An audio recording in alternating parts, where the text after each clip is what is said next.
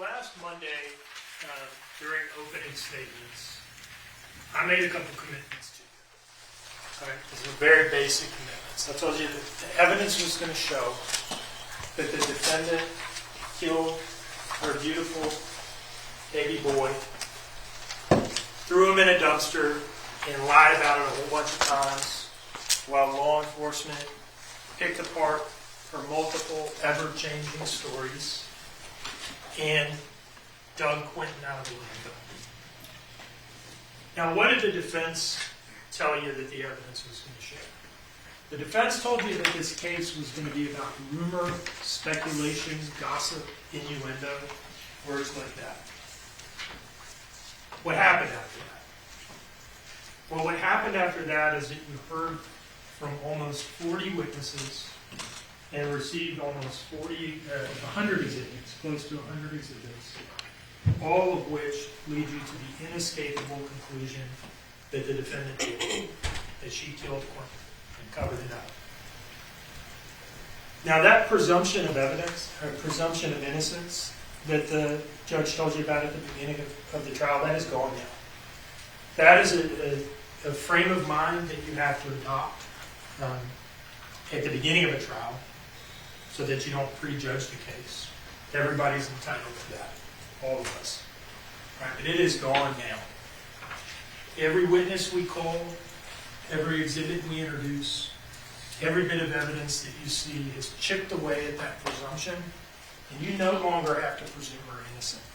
And you should not presume her innocent. She sits before you right now proven guilty. Most of the evidence in this case was anything but rumor. All of it really was anything but rumor, gossip, and innuendo. Most of it was surveillance footage, GPS data, DNA, and so forth. We did call a couple of people that knew this family, knew the defendant, saw how she interacted with Quinton. They basically told you that she hated him. But that wasn't rumor. That wasn't gossip. That was based on things that they saw and they heard. So I'm going to talk to you a little bit about what the evidence in the case shows and how the law applies to it. Because you're about to have to go back and apply the law to the facts of the case. Okay. Let's talk about evidence. Evidence is simply the means by which any fact that is put in issue is established or disproved. Evidence includes all of the testimony of the witnesses and any exhibits. You know, sometimes you'll hear people say stuff like, well, there's no evidence, there's just a bunch of people came in and said some things. Testimony is evidence. Everything that you've heard is evidence, and it all cuts against her. Evidence can be direct or circumstantial. Direct evidence is, I see my 5-year-old son under his bed eating candy in the middle of the night. That's happened. Circumstantial evidence is, I don't see it, but I find the candy wrappers the next morning. They weren't there the day before. And when I ask him about it, maybe he tells me a story about how it was actually his friend Misty or something like that. There is no legal difference in the weight that you may give to either direct or circumstantial evidence. It's all evidence, just the same. Now I'm going to start with the 204 trip as I go through the evidence and what it shows. Okay? Everybody knows about the dentist and going to Cheddar's and picking up the kids and everything. We don't need to start at 5:30 in the morning. We're going to start with the 204 trip. Because this goes directly to the state of mind that she was in when she did this. Now, she told them, and you heard her say why she went on this trip in the first place, what prompted it. And it was another argument with Danny about how he doesn't pay enough attention to her. The evidence has shown that this defendant craves attention.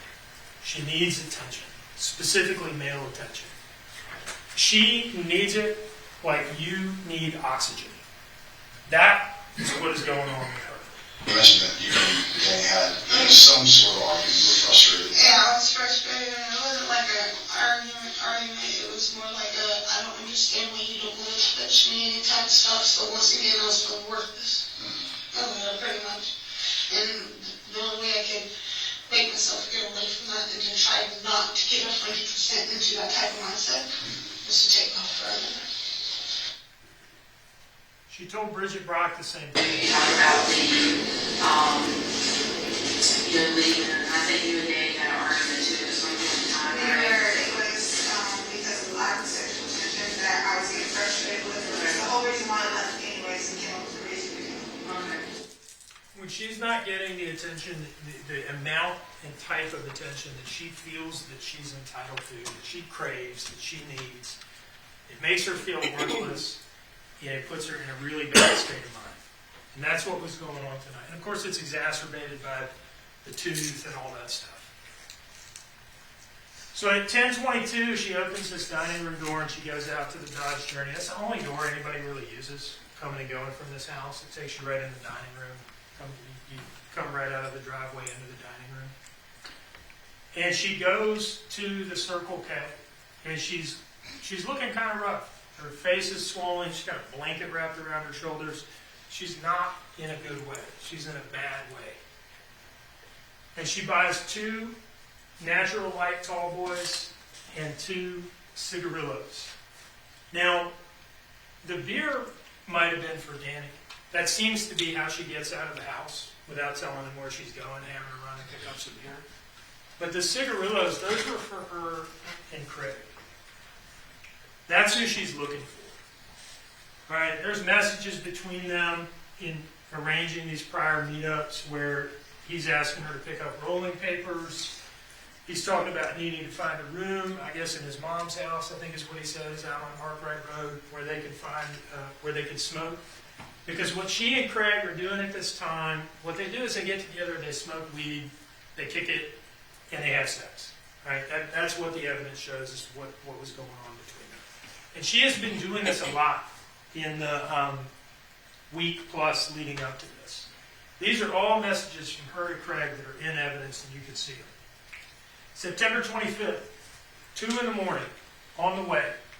September 22nd, just after midnight. Okay, I'm passing Quaco now. September 28th, 10 p.m., on the way now. October 1st, 1 a.m., I'm about to head that way probably. Just probably can only stay for a couple hours. A couple hours. These people are spending a lot of time together. October 2, about to drive over there actually. October 2, that was in the morning, this is in the evening. About to head over there and grab his ass at 40 so he'll shut up. This is what I was talking about. The way she gets out of the house and goes over here, she tells Danny she's going to make a beer run. Now, it's not just about the sex. All right? It's that he is providing this attention and affection that, again, it's like air to her. She has to have it. He's sending her messages like, this is in the context of her complaining about Danny and how he's not giving her what she wants. Craig is sending her messages such as, don't worry, it will be okay, I got your back. And she's replying, I know you do, and I got yours all the way. This is what she needs, this is what she craves. And this is what she is looking for that night. The evidence essentially shows that Craig was like her emotional support drug dealer at the time, okay? And these are texts between her and Danny. Now, she had not told Danny that that's where she was going. She must have just mentioned the Circle K, the convenience store run. And the reason I say that is at 10:32, when she's leaving the Circle K, she tells Danny, gonna run to 204, I guess. He did not know that that's where she was going. Because he responds, oh, okay. Be safe, I guess, my queen. I will be, and I'll be quick, I promise. And she had told him that before. He says, I hope so. So now she's on the way out to see Craig. 10:36, the dining room door opens. And that's Paul getting home. Danny texts the defendant 2 minutes after that door activity. Paul showed up and is going to bed. Now, Paul told you that After he got something to eat and went upstairs, he was in the bedroom and pretty much out of play for the rest of the night. That's direct evidence. Danny told you the same thing. That's direct evidence. The defendant, in her interviews, said the same thing. That is direct evidence. And Paul's phone activity provides circumstantial evidence supporting this. There's this exchange between him and a coworker where the coworker asks Paul, "What time are you going in tomorrow?" And Paul responds with a 2-digit response, 12. That's at 11:40. He told you at this point I was laying in bed and either asleep or going to sleep. And the guy sends him 2 more messages and Paul doesn't respond. That short response and then the lack of any response to those 2 following messages is circumstantial evidence that what all 3 of them told you, that he was up in his room and out of play, is true. So that's what I mean when I say all this stuff is evidence. Direct and circumstantial. You can look at this stuff and tell what happened. Back to Danny and the defendant's text messages with him. 10:41, she tells him, "I'm about to turn on to 204. He says, "Okay." And then you get this series of text messages. Now, Danny told you that he was asleep. Okay, he told you that he was asleep or close to it when she got back from 204. She said that in her early interviews, when she was all in on the abduction between 6 a.m. and 9 a.m. story, and it didn't occur to her that she might have to, at some point, throw Danny under the bus and pretend like he was awake. She said that he was asleep. And there's a series of, so that's direct evidence, those 2 things. Now there's a series of messages that provide circumstantial evidence in support of that, strong circumstantial evidence. The only way to read these messages is this is a dude who just wants to go to bed and is in the process of doing that. 10:44, he says, "Thank you for the little bit left, baby. So sweet, no lie." Now, he was straight up with you. He told you this is a reference to a very small amount of cocaine that she had left for him. He wasn't trying to hide anything from you. And he went to sleep not long after this. And you heard from Special Agent Snyder that drugs affect people in different ways. And cocaine, in his experience, cocaine does make some people energetic, some people sleepy. It kind of depends on the individual person's physiology. And so these messages go on with Danny just trying to get her home because all this guy wants to do is go to sleep. Because he's got to get up for work in the morning. And the fact that he does get up for work in the morning at 5:20 is further circumstantial evidence that he was asleep and out of play, was not involved in any way, and had no idea what she had done. 10:45, "I love you. Please come back so we can crash together." 10:51, "Or not." 10:52, "I guess I'm going to eat this food and try to stay up for a few." 10:56, "I don't want to be tired or you to be tired either." Now, there are a couple, I've taken them out, there are a couple responses from her in here, but they're like one word. They're kind of like stiff arm type responses, like, "Leave me alone, I'm not really talking to you." 10:57, "And I know you don't feel great. I don't know how you're still up." 11:01, "Mwah." Now, what is this message? This is a good night kiss from Danny. This is Danny giving up on it and going to sleep. "I guess I'm not waiting up. I'm crashing. You're doing whatever it is that you're doing. I'm going to bed." Now, what is different about this night than all the other nights involving Craig? Again, this is the guy that she's going to for the attention that she needs at a time where she's upset and in a bad state because of the tooth and because of Danny, and she wants to go there and get what she needs and craves. Unfortunately, Craig wasn't there. He told you that. It was unchallenged on a cross-examination. I think Mr. Hooder just asked him to repeat that. You weren't there? All right. And that's why she's only there for 10 minutes. She was in a bad enough state this night that this was a pop-in. There were no set-up text messages like there had been on other nights. She just drove over there and tried to catch him, and he wasn't there. So now she's going home. Hasn't gotten what she needed from Danny. and hasn't gotten what she needed from Craig because Craig wasn't there.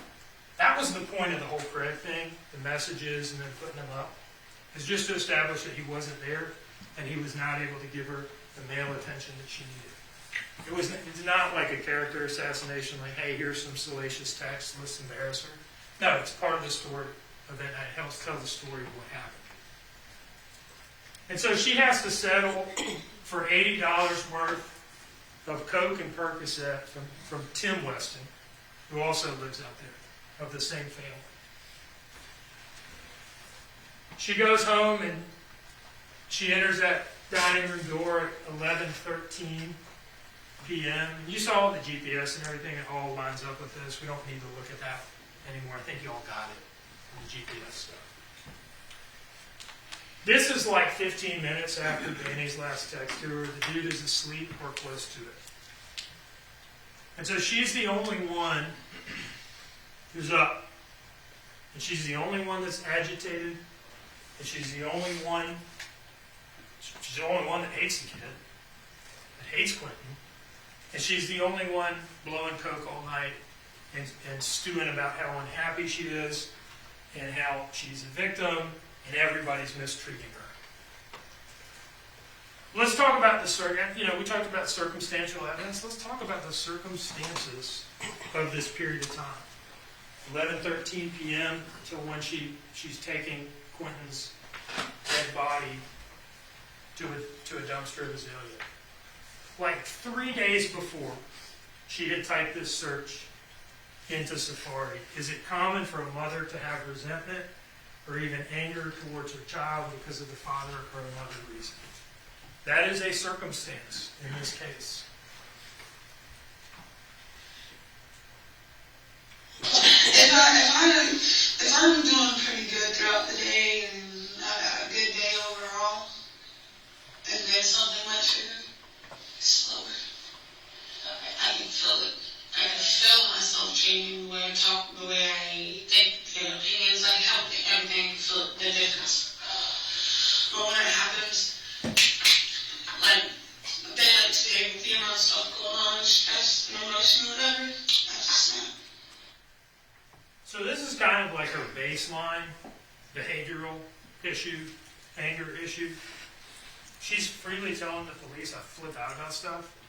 If it's been a good day, it might take me a little longer to flip out. But if it's been a bad or stressful day, it can happen like that. Well, this was a bad or stressful day. She had her tooth pulled. She says 1,000,000 times that she was in pain and couldn't sleep. And so this would be one of these days where the snap would happen quickly. This is evidence. Another circumstance is that baseline behavioral anger problem, propensity to snap, is exacerbated by the drug use. Coke, weed. So just before you left to go take the trash that was at it, you were on cocaine, and what was that? Yeah. Perks, coke, weed. Unhappiness, physical pain, discomfort from the tooth. These are the circumstances. I become angry and impulsive when I'm like. That's her talking about cocaine. So this is where she was at in that period of time where she's all alone, stewing in her own unhappiness.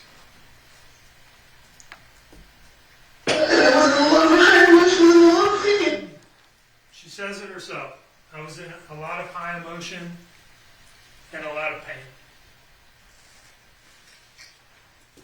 And so it's under those circumstances that for reasons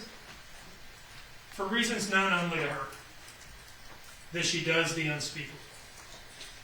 All right, the judge will tell you that one of the things we don't have to prove is motive. And the reason for that is that, man, it's really hard to figure out why people do things sometimes. People do stuff that after the fact doesn't make a whole lot of sense, and that they probably wish they hadn't done. So we don't have to prove motive. But it's under these circumstances that she does something unspeakable. And it's literally unspeakable.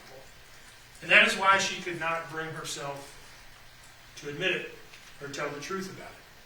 Because it is an unspeakable thing for a mother to kill her child. But we know she did it in part because everything she does afterwards. Her flashlight is on for 20 seconds at 1 or 2 a.m. And that's because she's creeping around the house. This long route that you have to go to get out this living room door. It's the only time anybody ever uses the living room door. That's her taking Quinton's body out to the car.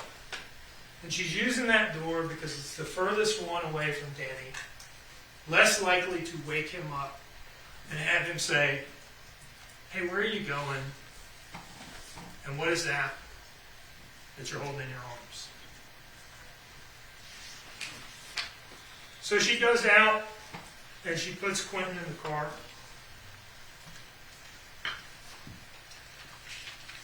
She goes back in and out a couple of times at 107 and 110. She's going to want to get some shoes on, get her wallet, because she's very careful about not getting stopped by the police and not drawing any attention to herself on this trip. That brings us to the second trip, the Azalea trip. Now, she would eventually say, when they kind of pinned her down and said, "Look, we found Quinton now, so we know that you put him in the dumpster because we know where the dumpster went," and all that. She would eventually claim, "Look, I was just so messed up, I don't remember anything." Totally ridiculous claim, especially when you look at what she was able to do and how she was operating that night.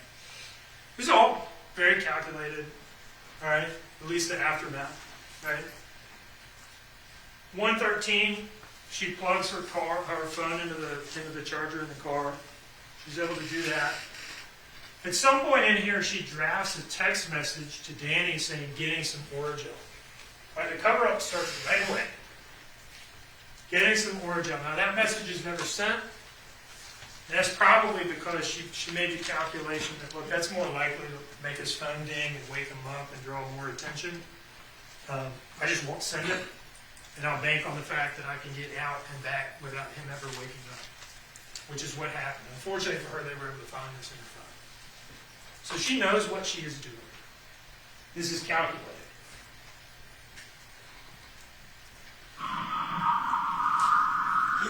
She turns from Buckhalter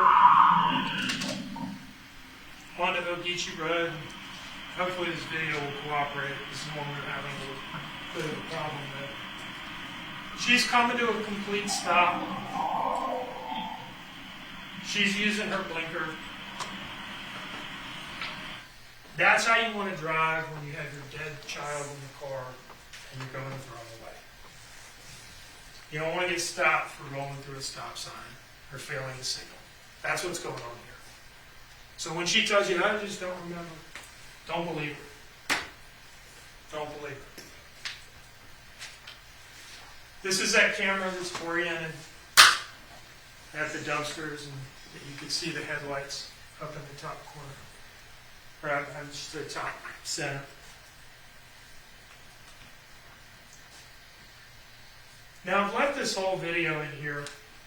I don't know whether I'll play the entire thing, but the reason I left it in here is because it's long. It's like 2 minutes that she sits at that dumpster. You don't need 2 minutes to throw away old food. A story that was always ridiculous and totally transparent. She is sitting there thinking about whether she's really going to do this. Because once you put him in there and you drive off, you can't take that back. That Waste Pro truck is coming, and you made your decision. 2 minutes to think about whether she really wants to throw Quinton, her son, in the garbage, such that he gets crushed into pieces by the compactor in the garbage truck and ground into pieces at the landfill. She thought about it. She thought about it.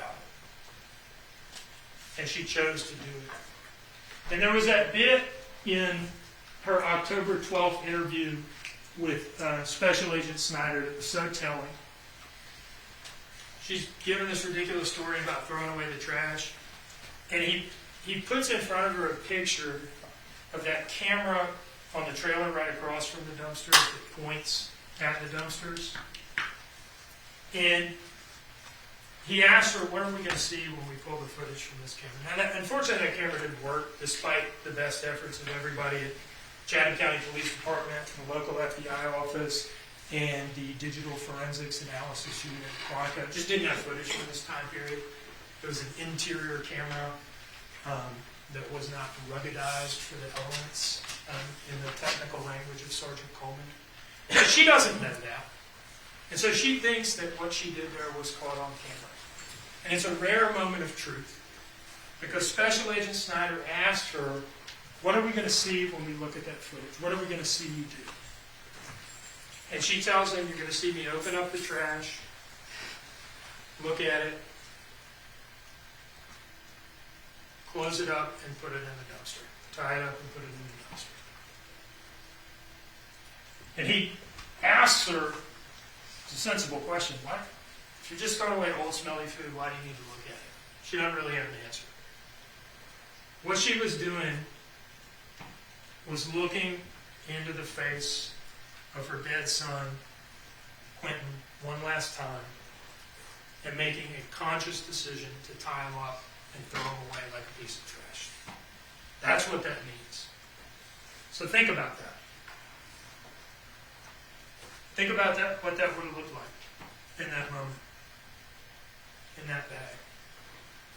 It's easy for these things to become abstractions, the Azalea trip, the Origel story. But think about that. That is a real live child. Well, not anymore. That is a real child in a trash bag being thrown away.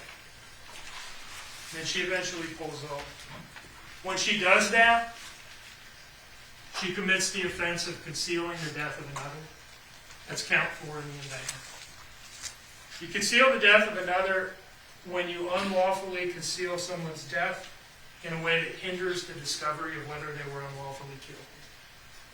And I would say it did hinder the discovery of whether he was unlawfully killed. It took them weeks to find him.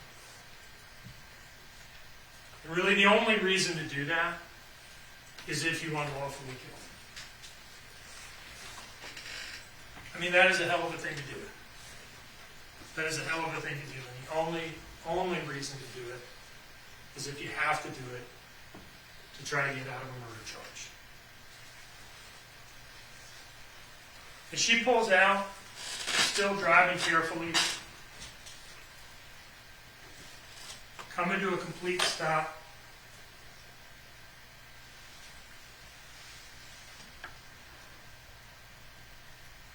Putting on her turn signal.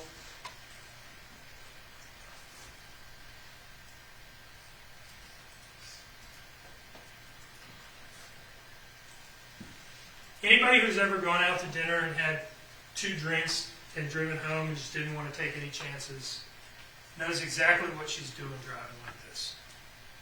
Trying to avoid any attention.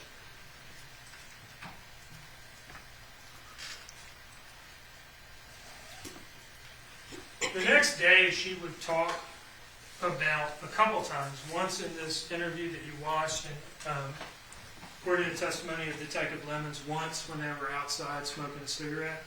She talked twice about the importance of the first 24 hours of a missing persons investigation. Nobody knows it by the time it hits tomorrow morning. You're already been past the time when you're most likely to find a missing person. It'll be past. After that, you're less likely, right? After the first 3 rounds. Now, why does she bring that up twice? She's posing it as like it's something that she's worried about, that if they don't find him quickly, that he'll never be found at all. What is going on here is it's exactly the opposite of this. This is not a fear of hers. This is her hope. All right? She might be calculating She might be manipulative, but she's not necessarily that smart. Okay? She does not understand that when a child goes missing, they pull out all the stops. She seriously underestimated and did not understand the capabilities of people like the Chatham County Police Department and Detective Lemons.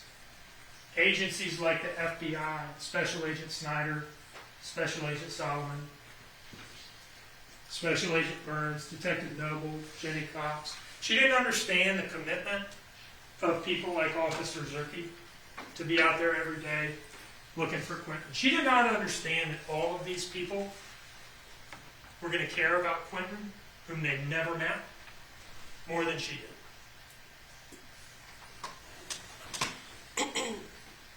By 1:26 in the morning, she's home and she's unplugging her phone. She's going in that dining room door. 1:39, she goes out again. And then there was this, her phone being unlocked from 1:47 to 2:01, a little less than 15 minutes. And I asked Special Agent Burns, could you tell what she was doing on her phone at that point? And he said, gosh, I can't say for sure, but it looked like she was scrolling Facebook based on my training and experience, and he's got a lot. She's sitting there on Facebook trying to calm herself down and level out a little bit after doing this thing so that she can go to sleep and pretend like everything's normal and further the cover up in the morning. 2:01, dining room door opens again. 2:04, it opens. 2:36, it closes. And here's what she had to say about that. She says that that's because she was still frantically blowing lines, going outside, smoking cigarettes, smoking weed, coming back in, blow another line, repeat the cycle. And so you're doing a couple minutes while the back door is opening and shutting. Marks coming over every time you hit one, you go from the cigarette. You hit one, you go from the cigarette. Me, I was a hit one, just complete in a cigarette. I always weed was always the extent of what I was doing. Somewhere in there, she decides that she needs to go in the kitchen pantry or her closet or wherever she was keeping it and grab this rice cereal and spread it around in the car as part of the cover-up. Some kind of half-baked effort to absorb odor or something like that. Throw off the canines or whatever. Like I said, calculated, manipulative, not necessarily smart. She said about this stuff that it had exploded in her car more than a month before, and she had cleaned it up, and she had taken it into the house. I'm sorry, but there is no reason for that stuff to be out on the tiki bar when police show up in the morning, unless she was spreading it around in the car, either in the middle of the night or in the morning before the police got there. That's what we call a clue. She knows what she did. She knew what she did at the time, and she was trying to cover it up.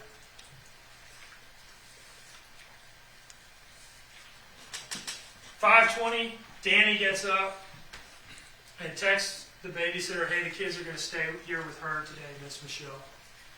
Now, there was some effort made in trial to make this look like shady or nefarious on the part of Danny. And sometimes you have a fact like that where initially when you hear it, he texts the babysitter that they're going to stay here. That's maybe a little weird. But then you just ask him, and you get a totally sensible, reasonable answer, which is that he was just sick of her shit. Okay, to put it candidly, he was just sick of it.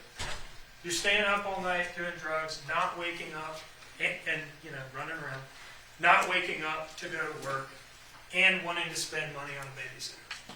That's all this is. And it couldn't have been that abnormal because Michelle's response is not, well, Daniel, this is highly out of the ordinary. There's something going on. And she just says, okay. And he takes this route to work, the most direct route, the quickest route, that does not go by Azalea Mobile Home Park. That's the testimony you heard, and we looked at the zoom in and all that stuff.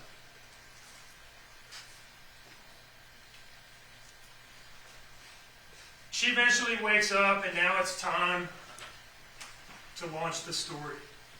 And at 9:14, she calls Danny and gives her the whole front door was open and he's not in his playpen, the abduction story. Danny gets this phone call and runs out of work.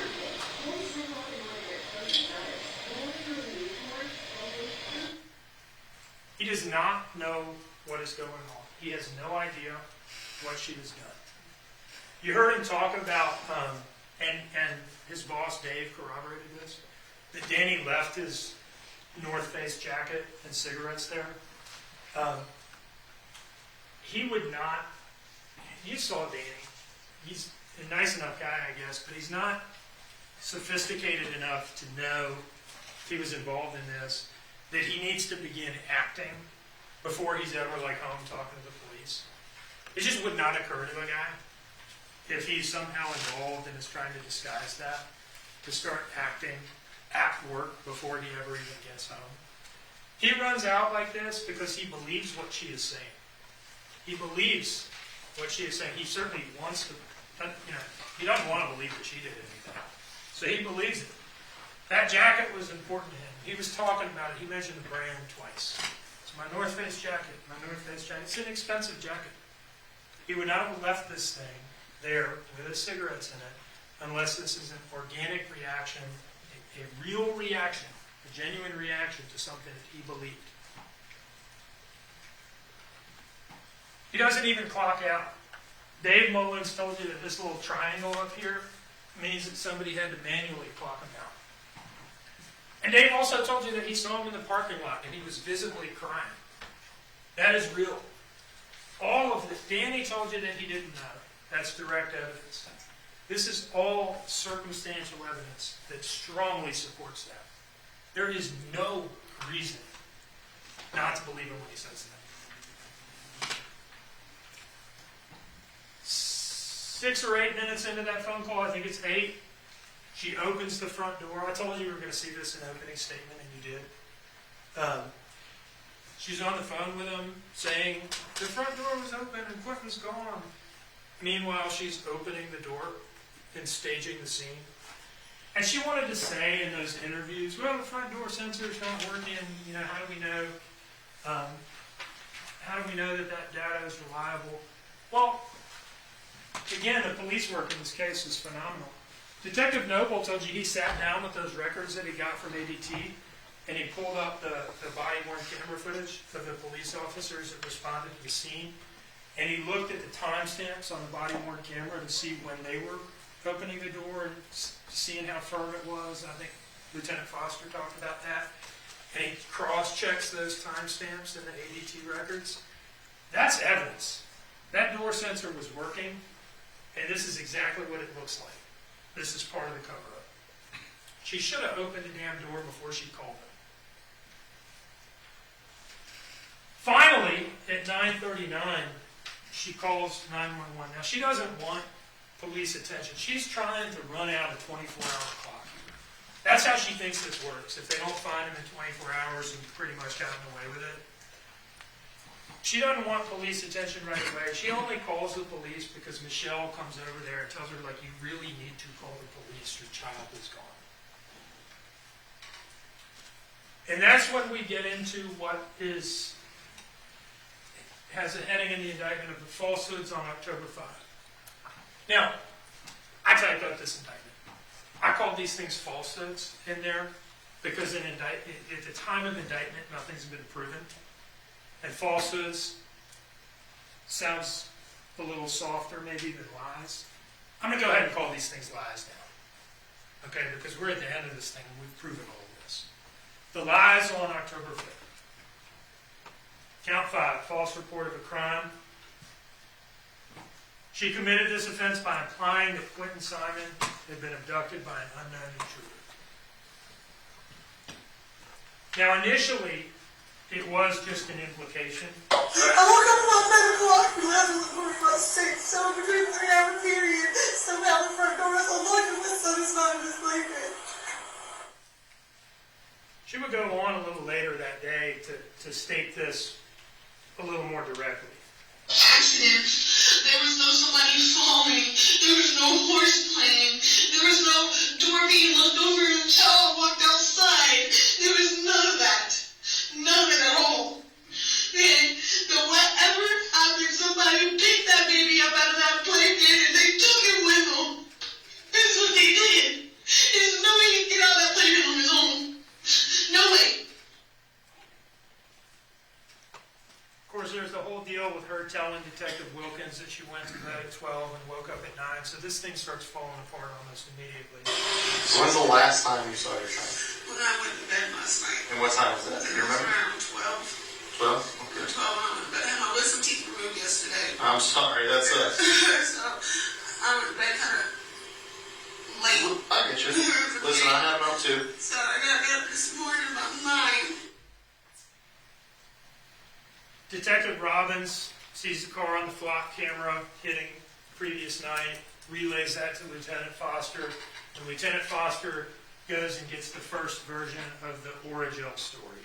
Okay, so where'd you go? Right up the road right here at that Chevron. And my friend that I used to work with, she had Oreo because they had running next door when they went home. You know, as one does, leave your house at 1 in the morning to get a topical oral anesthetic from your friend. And Danny, of course, is looking at her like, what is this woman talking about? I've been home from work for about 3 hours now, maybe 2.5, and I've never heard a word about this. So then they go to headquarters, and she continues the lies of October 5th. Count 6, making a false statement by saying that the purpose of the 204 trip was to pay an existing drug debt, paying off a $20 weed front. We're looking at an $80 cash app, and she later admits that it was for Percocet and cocaine. At that point, you didn't get anything. No, I just paid him $20. I gave him $20 and I left him. It was a couple days ago. Each one of these lies, on each one of these days, is a separate crime. Count 7, making a false statement, for saying that the only controlled substance of which she was a regular user was marijuana. And you'll remember this flowery lie that turned out to be totally untrue, like in a big way. Like anything, anybody got to worry about anything with me is not me. Because I was weed. I'll be honest about that. Everything else, no. I was a drug addict. I was sure be. Because, I was covered up for reasons of the fish. So I said, anything that's not homegrown or bought at a convenience store, I don't want it. When I mean homegrown, I don't mean cooked on stove. I mean on my dirt. I don't know if they're homegrown or grown. Not created. Count 8, false statement, for saying that the only controlled substance she had used in the past 24 hours was marijuana. No, I did not. I did not take a Percocet right now. I'll go piss in the cup for you right now.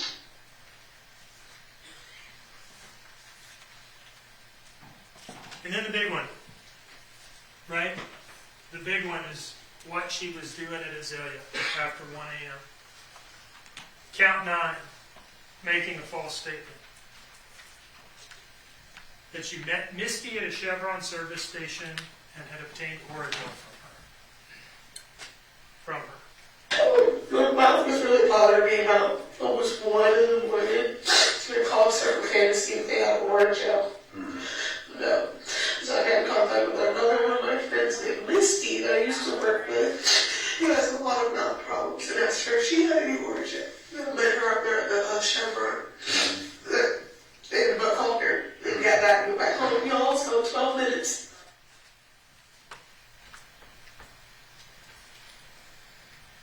And this lie is for the purpose of committing the offense charged in count 10. False statement by concealing a material fact. Most material fact in the case. That on that trip she had in fact traveled to Azalea Mobile Home Plaza and there had discarded her son Quinton Simon in a dumpster. October 8th with Bridget Brock. More lies. Count 11. Again, stating that the purpose of the 204 trip was to pay an existing drug debt. Now, I told you in an opening statement that the evidence would show that she just had not had enough time to adjust to the new information of Misty saying, I didn't see her, and the cameras saying, we did. So her only choice at this point, because they confront her with this like during this interview, is just to double down on it. He left about 10:30 to go to 204 to get $20 or pay somebody $20. Okay. And who are you paying the $20 to? Red. And what for? For weed. For weed. Yeah, Okay. Count 12, false statement for concealing a material fact. The point of that lie was to conceal the fact that she had used controlled substances, that she was in a lot of high emotion and a lot of pain and using cocaine, Percocet, and weed. And again, that's because that circumstance contributed so directly to what she did to Quinton. Count 13, false statement for again stating that the purpose of the Azalea trip was to meet Misty, which again is not even her real name, to obtain Orajel. Let's talk about that, okay? Because Misty had talked to you. Yeah, she has. She hasn't talked to you in quite some time. Yeah, she And has. she did not have a conversation with you about the ordeal. Yes. So in your mind, you looked at all these timestamps and plausibly you came up with a story that's partly true. No, that is But true. there's very, very many missing pieces, right? And in your story, you haven't been completely honest about where you were at and why you were I at. was 100% honest about where I was at. I showed the life 360 and I told him I need to give him the ordeal that she gave me. Right, and that didn't happen. We've already interviewed this. Yeah, I had the ordeal. That did happen. She had that lump in the side of her mouth. That's the reason why I asked her for it. You have to stop saying this. It did not happen. Yes, it did. And again, the purpose of that is to conceal that material fact, what she was doing there. And we've talked about what that was. October 12th, making a false statement by again saying that what she had done in Azalea was meet Misty for Orajel. And by now the location has changed. It was the Chevron.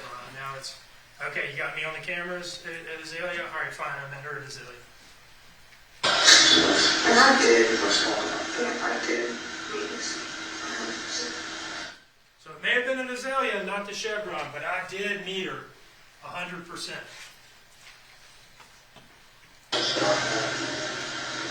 So you went to Missy's house, and did you go inside her house? She was just standing outside.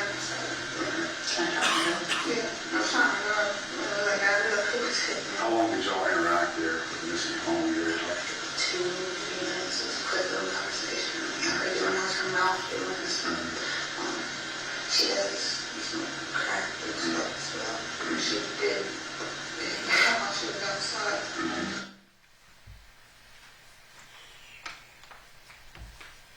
A few minutes later, She got to understand that you look after me 100% truthful. 100%. That's the only way that we're going to go. And speaker about it. How did I ask you just That's a big thing. Yeah. Because If her light was on, I wouldn't have to. Yeah. It wasn't. did you do any work last night? I did get a workout last Where did night. you work? But I found it, and the card was one of the ones that I lost. And I found when I got back to the house. so like 30 minutes, maybe 20 minutes after I did meet Misty 100%. All right, I didn't speak to her, but that's why I went there. It wasn't. Count 16, false statement. For saying that all she had discarded was normal household garbage, characterizing her son's dead body, Quinton's little body, as stinky shrimp pasta, which is just disgusting. I mean, if you think about it, it's just disgusting. What a disgusting thing to say. We did was just Somebody found the trash down there. This family was taking trash off a few days ago, and there's spoiled food all in my car. And so when I pulled around, I said, yeah, I stopped the food in my truck. Yeah, it was boiled like shrimp pasta. Shrimp pasta. Yeah. The whole car smelled like shrimp. You know, I had to wait to take that out there. So I got in there. I was like, what is that smell? And I felt that before I went up to go 204. You know, I got that before, and I'm like, get out of the park. And I was like,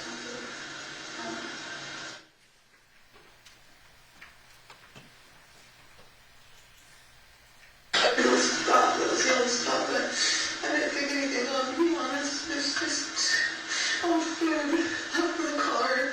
See an opportunity I put it out.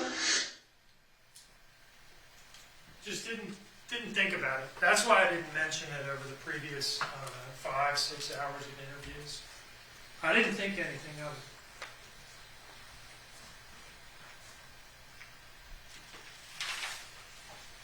And of course, she's still concealing that material fact that she had discarded her son Quinton Simon in a dumpster, like a piece of trash. October 31st, time to try something new. Danny's left town by this point. Who wouldn't? You know, that was characterized as some sort of suspicious activity on his part. This is a guy who had no connection to Savannah other than her. The relationship was already falling apart. This is a difficult woman to live with and to be in a relationship with. And by this, you know, now he knows that she's killed her child. It doesn't take him that long to figure that out, even if he didn't want to believe it initially. So he goes home to his parents' house. Who wouldn't? All right, so now, by the time October 31st rolls around, hey, Danny's gone, screw Danny, I'll put it on him. And that starts with that text message to Special Agent Solomon on October 24th, and then that's made official in this October 31 interview. I'll tell you something about this count right now. It says that she made this statement to Detective Lemons, Special Agent Solomon, and Special Agent Snyder. I think the only one who testified about being a part of this interview was maybe Lemons and Solomon. When we have people like that joined with Ann in the indictment, we say she made this false statement to all three of these people. Even if the evidence only shows that it was made as one, like only one person testified of the three that they were the recipient of the statement, you can and should still convict on that count. Even if you have to, if you look at it, it's like, well, that person didn't say they were there for it. You can still convict on that count. You should still convict on that count, because even if you were to omit the other person from the count, it's still a lie. It's still a count. So sometimes we charge things with the word "and" between them, but you should read it as "or." You can read it as "or." We do it that way for technical legal reasons that I won't get into. We have to charge it with "and," so we put them on notice of anybody that we might prove the count as to. But you can read the "and" in there as "or," and you should read it as "or." And I think I saw somebody write that down. I'm glad for that. Another thing about like technical aspects of charges, these charges have Special Agent Brad Snyder as Bradford. That's his full first name. I don't know that came out on the witness stand. Little things like that do not prevent you from convicting on a charge. A little thing like the person's name, first name, whether it's Brad or Bradford, is not a material allegation in the charge. So little things. I mean, if it said somebody else entirely, if it said it was actually Joe Smith, and that guy never testifies, that's a problem. But if he said on the stand that his name was Brad, and the indictment says Bradford, you don't need to get wrapped around the axle on that. So anyway, she makes this false statement. It was not her, but rather Daniel Youngkin who drove to Azalea and disposed of Quinton's body. Now, that doesn't make sense for 100 reasons. One being that she'd already admitted to making that trip and given a false alibi for it, with a false explanation for it, like 15 times. And later, in her last interview on November 21, she would once again admit to it.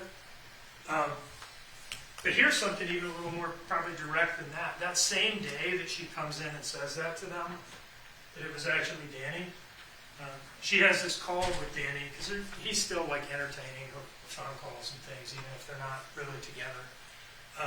And he asks her, where did you go when you left the house? And she says, like I said, I went to get Orjo. She doesn't say, what are you talking about, dummy? That was you. Remember, I was supposed to lie for you. She just once again admits on the same day that she's telling law enforcement that it wasn't her. She's admitting to Danny at a time where she doesn't think the police are listening, that it was actually her. So what did you do when you went out after I fell asleep? I fell asleep somehow. I don't know where to go. That call is just not going to... That call is just not going to sound like that. Therefore, October 31st statement is true. One, Danny's not going to be asking her, what did you do? And two, she's not going to be answering that question. She's going to be disputing the premise of it. So let's talk a little bit more about Danny. I talked to you earlier about some reasons that you could look at the circumstantial evidence in this case and the direct evidence of his testimony and her statements to know that. But there's some other things. She is telling him the same, throughout this thing, she's telling him the same lies that she's telling the police. And she's lying to him about what the FBI and police are telling her. Why did you lie? About the Orjo. I did. I did not lie to you about the Orjo. So you went and met Misty? Yes. I drove in and I drove out. And they tried to say that again. I asked them to show me the picture of Misty or whatever. Did y'all speak to that 12th lady? Did you speak to her or did you speak to her husband? Is what I wanted to know. You know? And they said her husband. Why didn't you speak to her?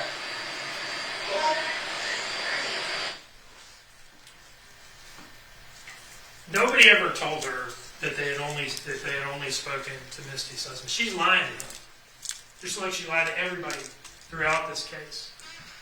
And if he knew anything or had anything to do with it, their interactions in the hotel room just would not look like this. She would not have to lie to him. She would only have to lie to the police and to the FBI. Like a half hour later, she tells a different lie. The first one was, hey, they told me that they only spoke to her husband.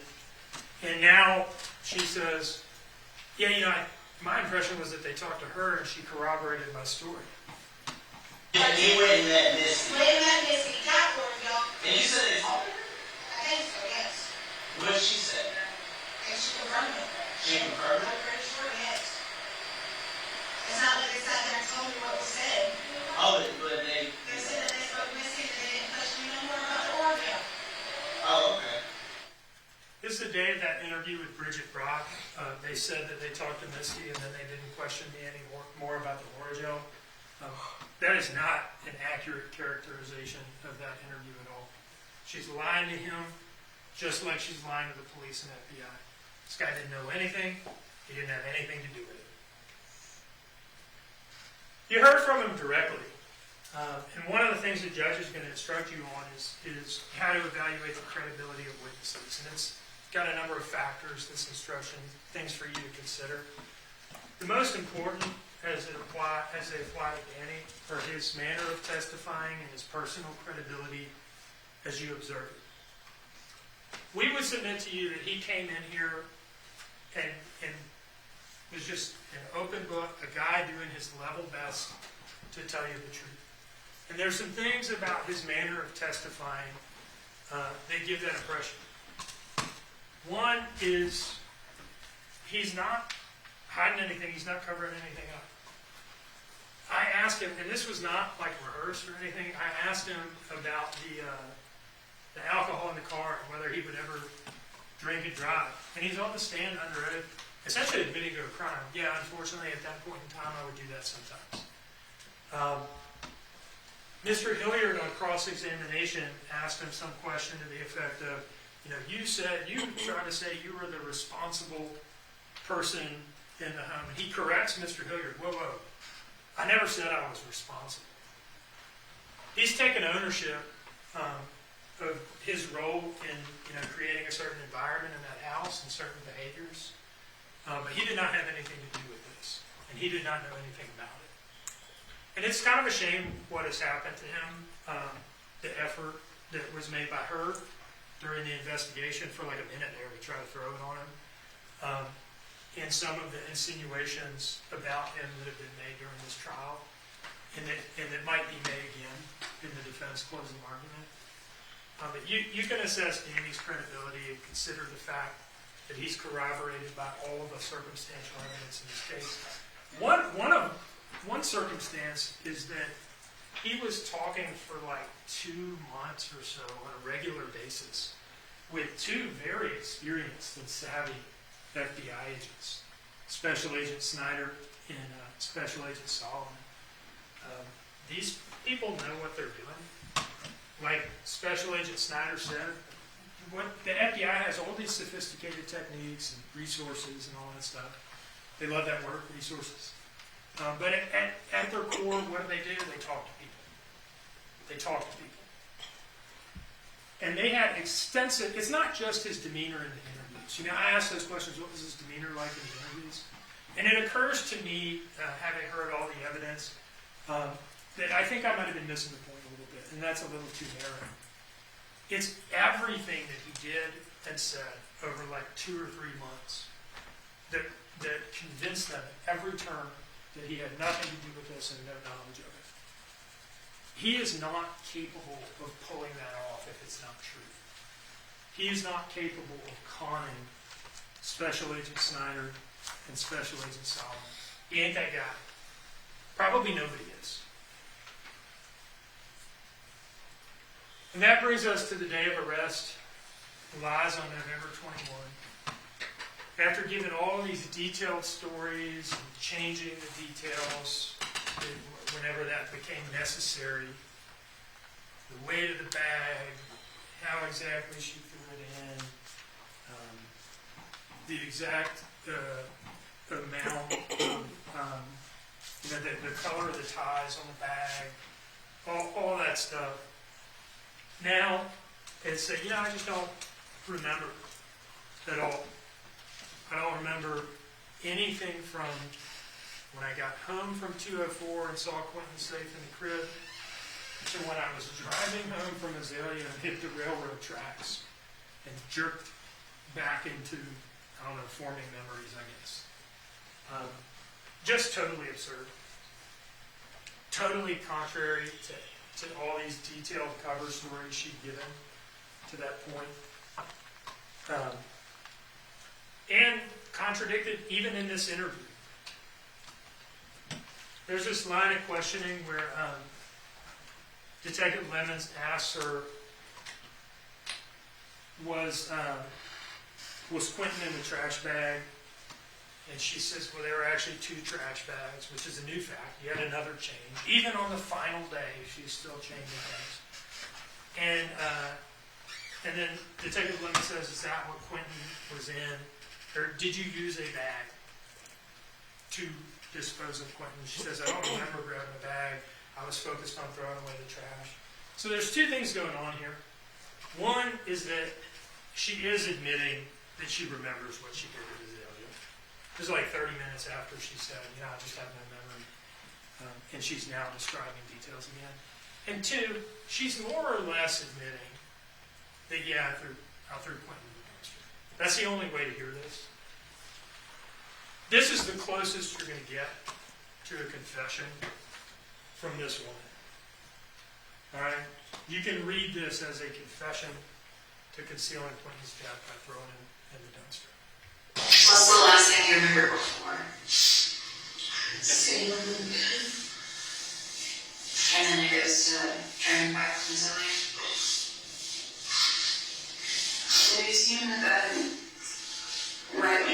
long or something, like you came on and did it blind and we saw him? He was like, so what that was like, the 10 something, 240s. She went right home for that right trip. And that's what was in right all of that night, you know, and then yeah. I said, rubber trust. So that was actually, I got my clips mixed up. That's actually just like the main story. That's the story for that day. I just don't remember 2-hour gap in memory. And then this is the bit about the trash bags. And what I'm urging you to view is something like a confession, the closest that you're going to get from this person. Just story with Stan and Brad. There was another trash bag there. Was that what kind was it? Before there was like 2 nights later, I should remember. There was food. Anyone that was trying to get rid of. Did you use a trash bag? I don't recall the brand of trash bag on the house.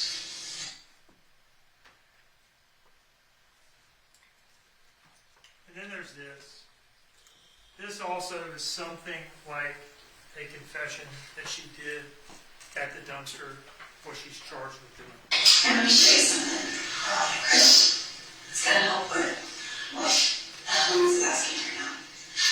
This is a very small fraction of the mountain.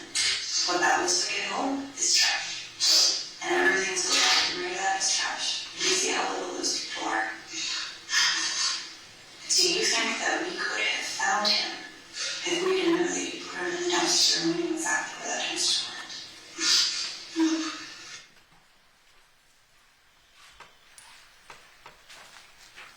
So that brings us back to the beginning of the indictment. We've made it through the end. I want to go back to the beginning and talk about the murder charges. Okay, because this is not just a concealing the death case. This is not just a false statements case. It's not really a false report of a crime case. It's a murder case. She killed Quinton. So I do need to talk to you a little bit about murder. Now, one of the things the court is going to tell you, the judge will instruct you on this, that crimes have what's called essential elements. Those are the things that we have to prove. The essential elements of a crime. And these, it's actually a very short list, right? So bullet points. We have to prove that she caused the death of her son, Quinton Simon, a human being. That she did it unlawfully. And this word is not really in play in this case. It just means like, it's no case where there's a defense to the killing, like self-defense or defense of others or something like that. And for malice murder, count 1, we have to prove that she did it with malice aforethought. Now, we have to talk about malice a little bit, okay, what it is and what it isn't. You might hear it and think, well, doesn't malice mean to hate somebody? Well, first of all, there's some evidence of that in this case. But it's a legal term, it's a technical term. And the judge will tell you it is not necessarily ill will or hatred. Rather, it is simply the unlawful intent to kill. You may find malice when the circumstances, circumstantial evidence, show that the defendant acted with the deliberate intention to unlawfully take the life of another person. State does not have to prove premeditation to prove murder. Perhaps in some states you do, but in Georgia the state does not have to prove premeditation to prove malice murder. If a killing is done with malice, again, just simply the intent to kill, that's it.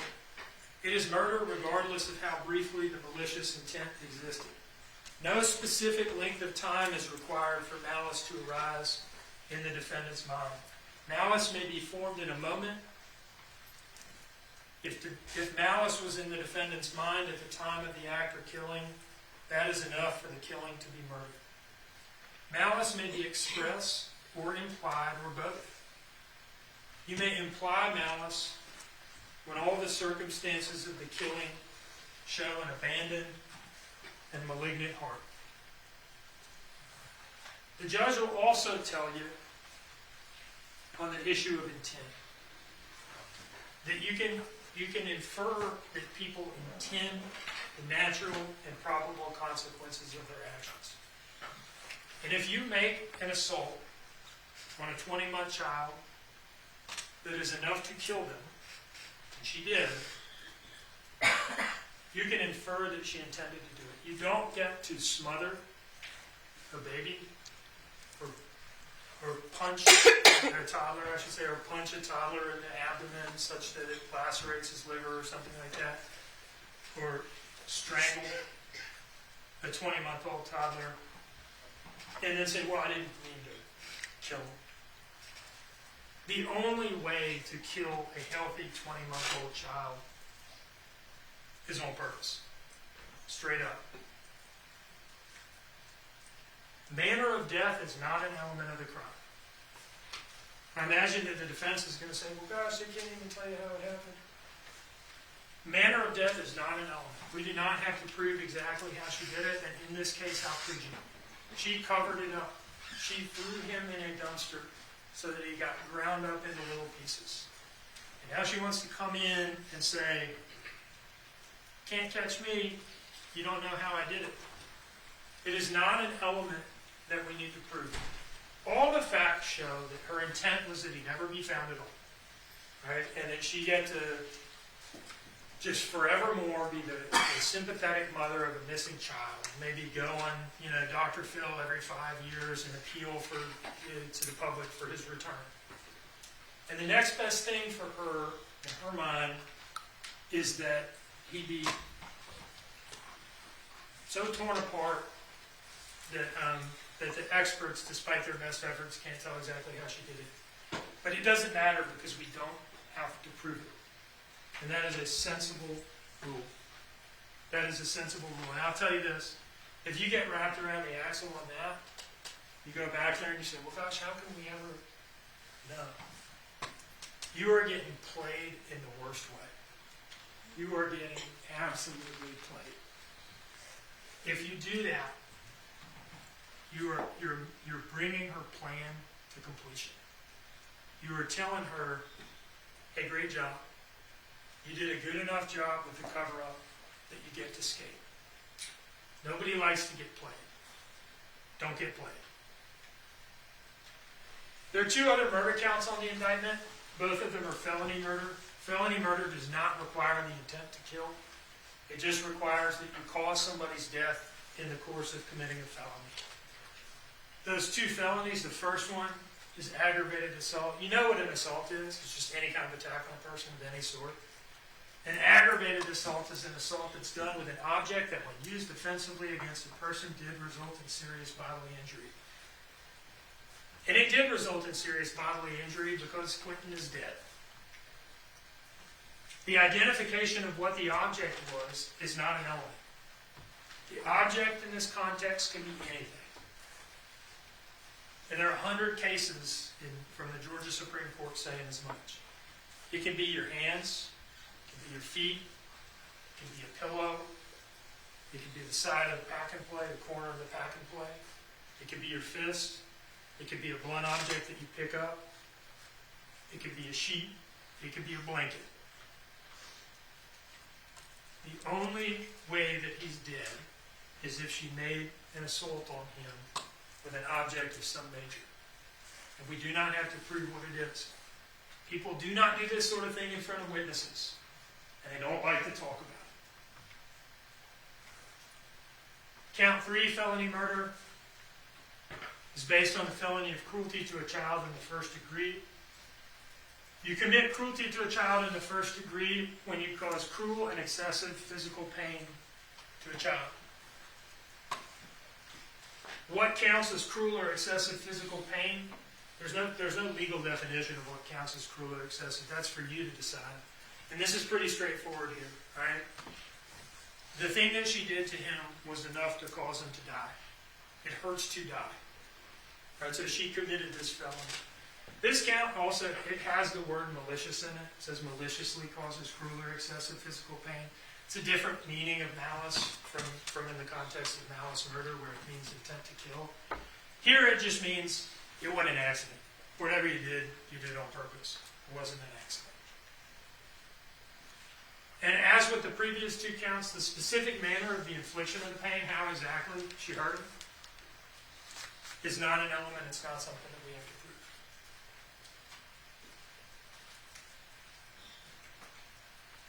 So, nobody wants to believe that a mother would do this unspeakable thing. Nobody wants to believe. You'd bend over backwards to believe it was anything but an intentional killing or an intentional assault that resulted in his death, in Quinton's death. The police did not want to believe that. But the problem is all the evidence. Right? The problem is all the evidence. The police looked at every possibility. Right? There are only so many ways to die. There are only so many ways a healthy, robust toddler can die. If you have kids, you know that at 20 months old, at nearly 2, a little kid is like a bowling ball. They're tough. They're resilient. They don't just die. It takes something happening. I mean, yeah, there's like car accidents and things like that. That's not what we're talking about here. They ruled out accident. They asked her 100 times whether there was some kind of accident. Tell us. If there was, tell us. And she never would, because the truth was unspeakable. All of her actions after the fact, immediately after the fact, the flashlight, the living room door, all that stuff, not yelling and saying, "Oh, something happened. Danny, help me. Quinton's not breathing." All that stuff, everything she did is totally incompatible with there having been some sort of accident. In her final interview on November 21st, when she's been told that she knows she's being arrested for murder. For murder. This is like interview number 15. Now would be the time, if it was anything but that, anything but murder, anything but an intentional killing, anything but an intentional assault that resulted in his death, now would be the time to say it. And she doesn't.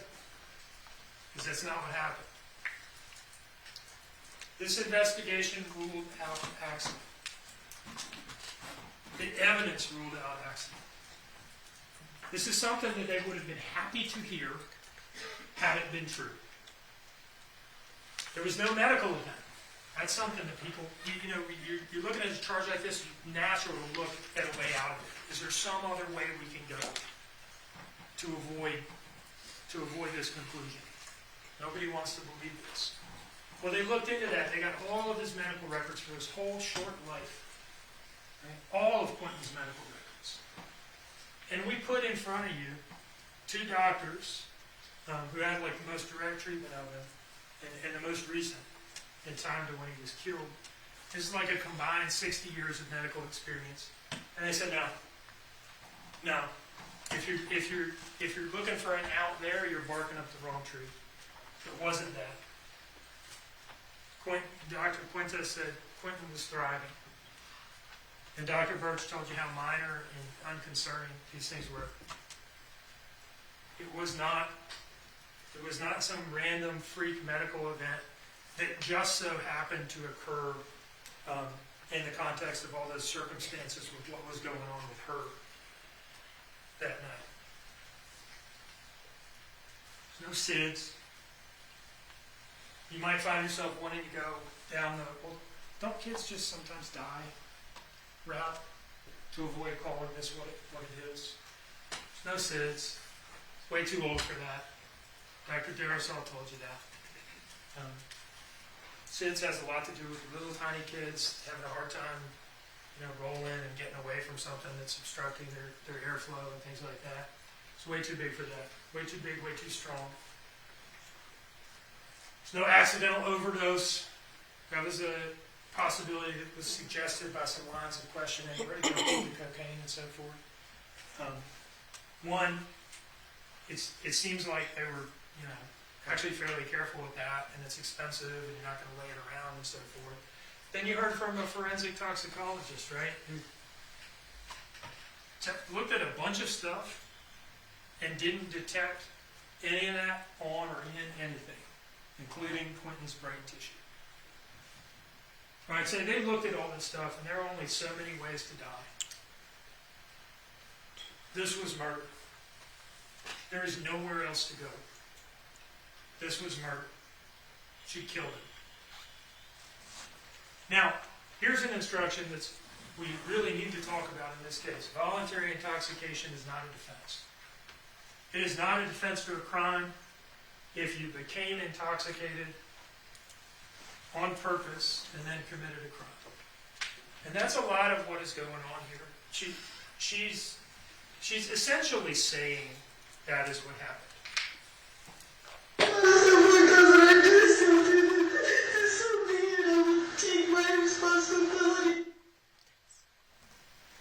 That is classic voluntary intoxication. Getting so fucked up that you do something. You don't get to drive drunk and wipe out a family of 4 and come out of your blackout. And she wasn't blacked out. She's lying about that. And say, oh, my bad. You guys didn't know I was drunk. And then the court system says, oh, you were drunk? Oh, man, then forget about it. That's not how it works. That would be crazy if that were how it worked. A huge percentage of people that commit murder are under the influence of something. But you're responsible for your own actions. And, by the way, if you're intoxicated to the point that it's impacting your faculties, and what comes out is that you murder that child that you don't like, that was in there somewhere. Some people think the truth comes out when you're intoxicated. That was in there somewhere. This is not a defense. So let's just look at a couple of clips of the most she could say in her defense in this case. What do you think people are going to say when it comes out every time? Horrible mother. You would kill my child. God knows exactly what they would say. Oh, I can see that. There's no intention of it. It's not that I was planned out. It's not like I wanted to. Lack of premeditation and it having been an impulsive thing is not a defense to murder. Most murders are impulsive, snap decisions. Every now and then you have a cold, calculated hit by like a contract killer or something like that. Most murders are just somebody snapping and killing somebody. And malice can be formed in an instant.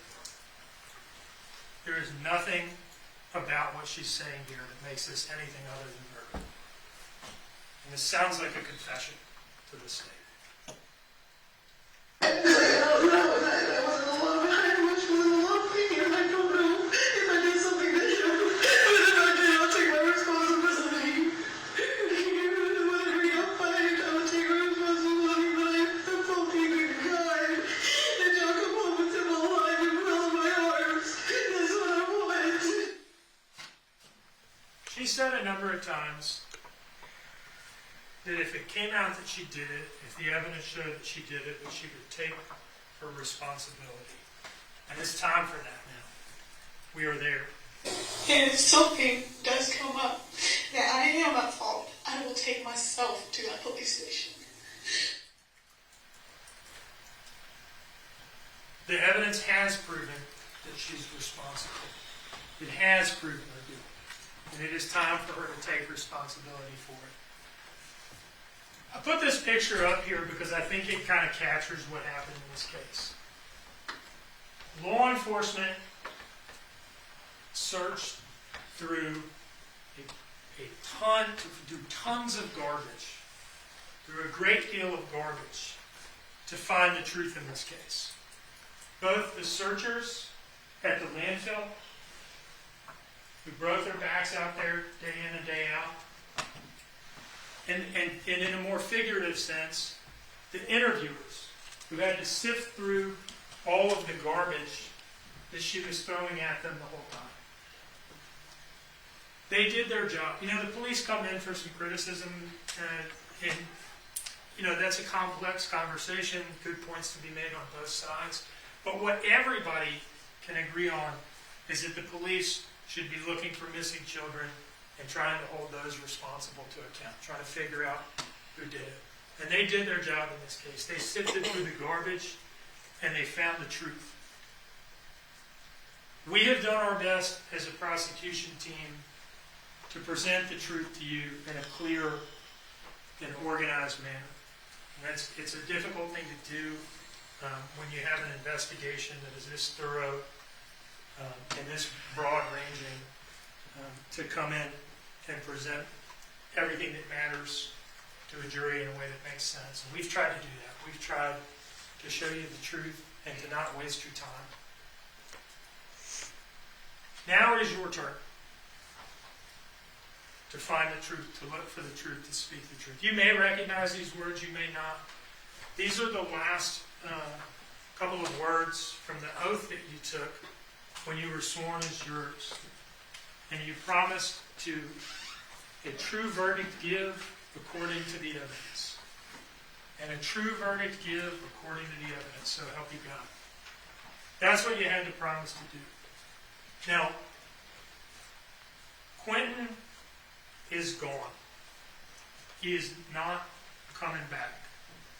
Depending on what you believe, Quinton is either with God or his short life on earth was all he ever had. I know what I prefer. He is gone. There's really nothing we can do for him.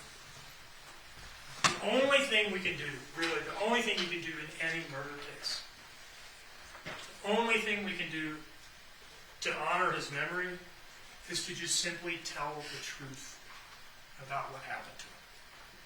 Tell the truth about what happened to him. And don't perpetuate the defendant's lies that this was anything but murder.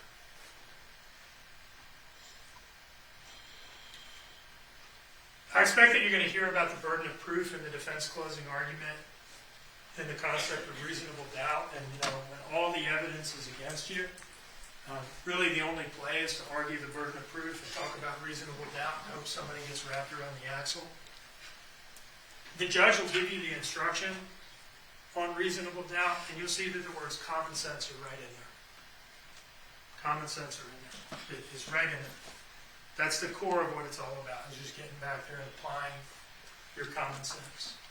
And we are confident that if you go back in the jury room and you apply your common sense in this case, that you'll return a verdict that speaks the truth about what you did to Quinton. Thank you.